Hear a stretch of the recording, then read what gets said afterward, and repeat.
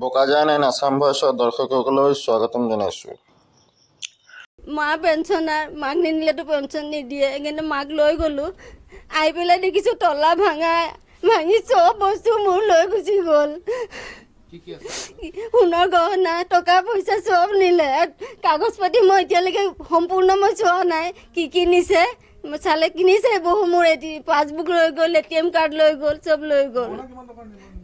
গহনা 2 ভৰিমান হ'ব তেনেকৈ চব মিলাই। চুৰ দৰ্জা তলা ভাঙি সোমাইছে। মই ঘৰৰ পৰা 12টা মানত গৈছোঁ, দিনতে হয়। আহিটো মই 3টা মানত আহি পালোঁ। হয়, দিন দুপৰতে হৈছে। এতিয়া ঘৰৰ পৰা ওলাই যাবলৈতো এতিয়া একদম কিমান ডাঙৰ এটা চিন্তা হৈ গৈছে, সমস্যা হৈছে। কেনেকৈ যাম? আমাৰ ঘৰত নাই ল'ৰা, মোৰ দেউতা নাই, মোৰ কোনো ভাই ককাই নাই। মই কিমান সহায় হৈ আছোঁ নহয়।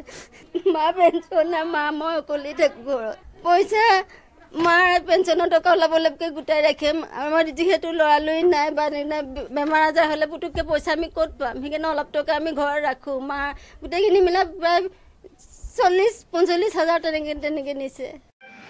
হয় দৰ্শকবৃন্দ, আমাৰ বোকাজান আছাম ভইচ চেনেলক আপোনালোকে ছাবস্ক্ৰাইব আৰু শ্বেয়াৰ কৰক, যাতে আমি আৰু আগলৈ ভাল খবৰ আনিবলৈ চেষ্টা কৰিব পাৰোঁ।